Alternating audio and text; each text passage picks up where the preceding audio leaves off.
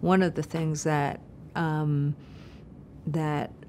we did when I was the president of the Teachers Union in New York City is that we expanded the international high schools, which were high schools that were that were created, that were envisioned for kids for whom English was not only not their first language, but who really struggled with English.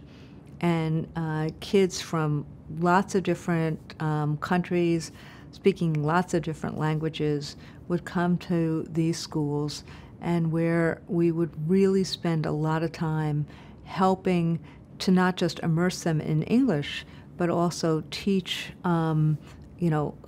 project-based instruction and really engage them in a different kind of way.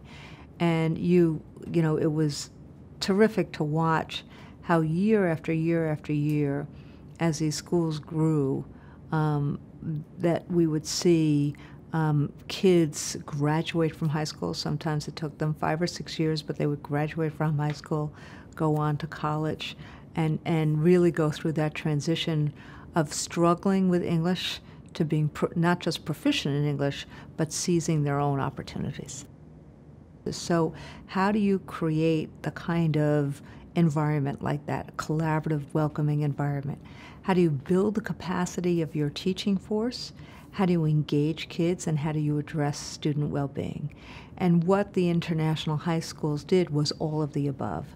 They developed the capacity of their teaching force. They spent a lot of time in terms of professional development, meeting teachers where they were and how to give them the supports that they needed.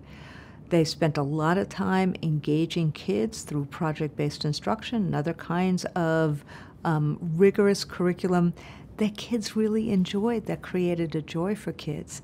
They spent some time addressing kids' well-being. They did all of those things. That's the lesson for schools across America.